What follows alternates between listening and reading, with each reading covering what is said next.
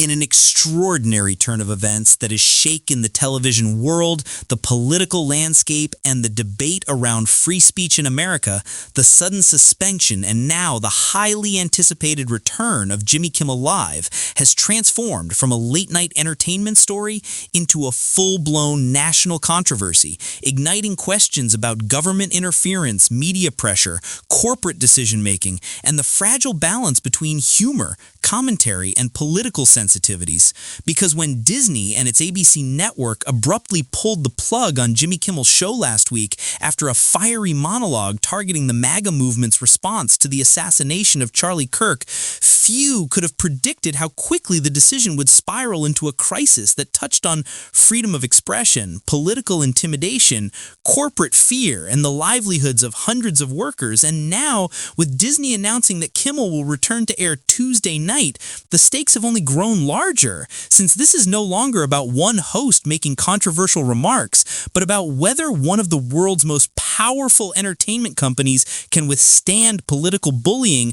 and defend the principle that comedians, entertainers, and artists should be able to speak without government officials breathing down their necks. Because the initial decision to suspend the program, allegedly to calm tensions during what Disney called an emotional moment for our country, looked less like corporate prudence and more like a cave-in to outside pressure that appeared to come not just from outraged conservative commentators, but from the halls of power itself, after FCC Commissioner Brendan Carr, a Trump ally, publicly called for Kimmel to be punished, invoking the FCC's oversight of broadcast licenses and making what critics described as a chilling suggestion that the federal government should effectively discipline a comedian for speaking his mind. And that suggestion sent shockwaves through the entertainment industry and beyond, because it raised the specter of political figures trying to control what Americans can watch, hear, and laugh at. And it set off a domino effect as major station owners like Sinclair and Nexstar quickly announced they would preempt Kimmel's program on their local ABC affiliates, replacing it with news programming, while Disney, caught in a storm of criticism from both sides, decided to shut down the show temporarily. A stunning move considering that Jimmy Kimmel has been a late-night institution for years and that his program employs between 200 and 250 people whose livelihoods were suddenly in limbo. And while Disney executives Bob Iger and Dana Walden may have thought they were diffusing a firestorm, what they actually did was light an even bigger one, because the suspension sparked protests outside Disney offices in New York and Burbank, demonstrations outside Kimmel's own studio in Hollywood, and an avalanche of criticism from free speech groups, artists, lawmakers, and ordinary citizens who saw the move as a cowardly surrender to political intimidation. And within days, more than 400 artists, including Tom Hanks, Meryl Streep, and Jennifer Aniston, signed an ACLU-organized open letter demanding that Disney reinstate Kimmel, arguing that suspending him set a dangerous precedent. And the ACLU itself, along with PEN America and other advocacy groups, issued blistering statements saying Disney had bowed to the Trump administration's efforts to control what people say on television, a charge made all the more pointed by the fact that President Trump's allies had publicly cheered Kimmel's removal, framing it as a victory.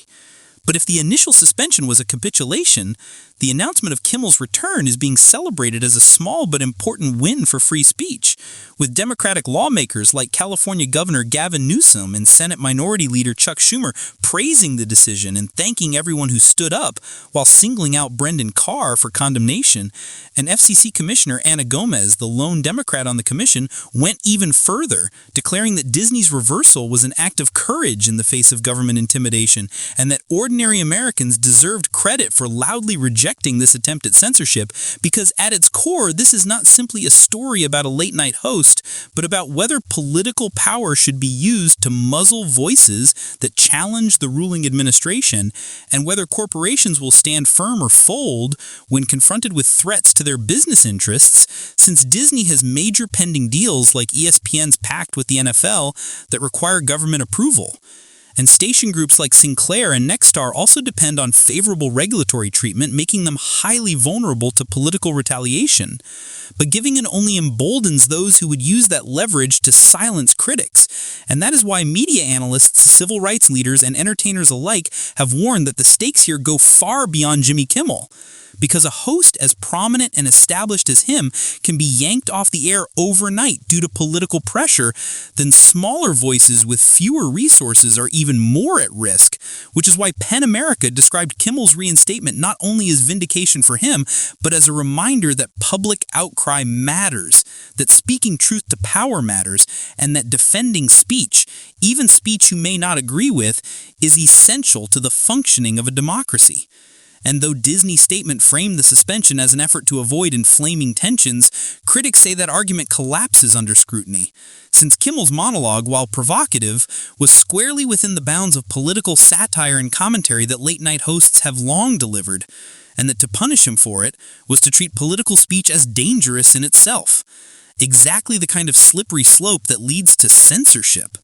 And while Kimmel himself has not yet commented publicly, sources say he plans to directly address the controversy in his comeback monologue, ensuring that the debate will continue. And as this saga unfolds, questions loom about Kimmel's future since his contract with ABC is up in May, about the future of late-night television, which has been struggling with shrinking audiences and revenue, and about the broader climate in which comedians, journalists, and entertainers operate. Because when government allies can hint at using regulatory power to silence them, and corporations are willing to yield, the space for free expression narrows. And that is why this fight is bigger than one show or one host. It is about whether Americans will allow intimidation to dictate what is heard on the airwaves, or whether they will push back, as so many did over the past week, from protesters on the streets to celebrities risking backlash by signing letters, to lawmakers using their platforms to call out overreach. And it is telling that the reinstatement came not quietly but with public acknowledgement by Disney that the conversations they had with Kimmel were part of the process, suggesting that both sides understood how high the stakes were. And the outcome is proof that when pressure is applied from the public in defense of principle, even the largest corporations can be forced to change course.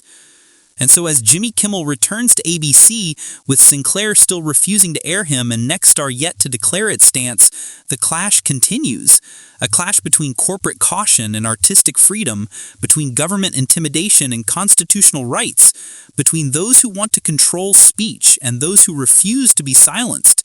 And in the end, what this entire saga demonstrates is that free speech is never guaranteed. It must be defended constantly, loudly, and collectively, because without vigilance, even something as seemingly routine as a late-night monologue can become the trigger for censorship. And the lesson here is for audiences, artists, corporations, and politicians alike that when freedom of speech is threatened, there is no neutral ground. You either defend it or you help destroy it. And that is why Jimmy Kimmel's return is not just about one man reclaiming his stage.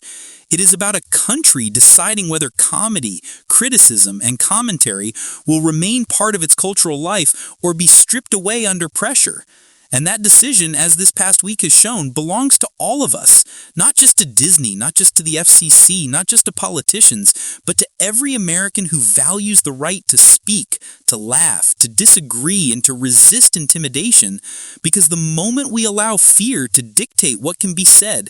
is the moment we have lost something fundamental. And that is why this fight, however it continues to unfold, will be remembered not as a scandal about a celebrity, but as a defining moment in the struggle for free speech in the United States.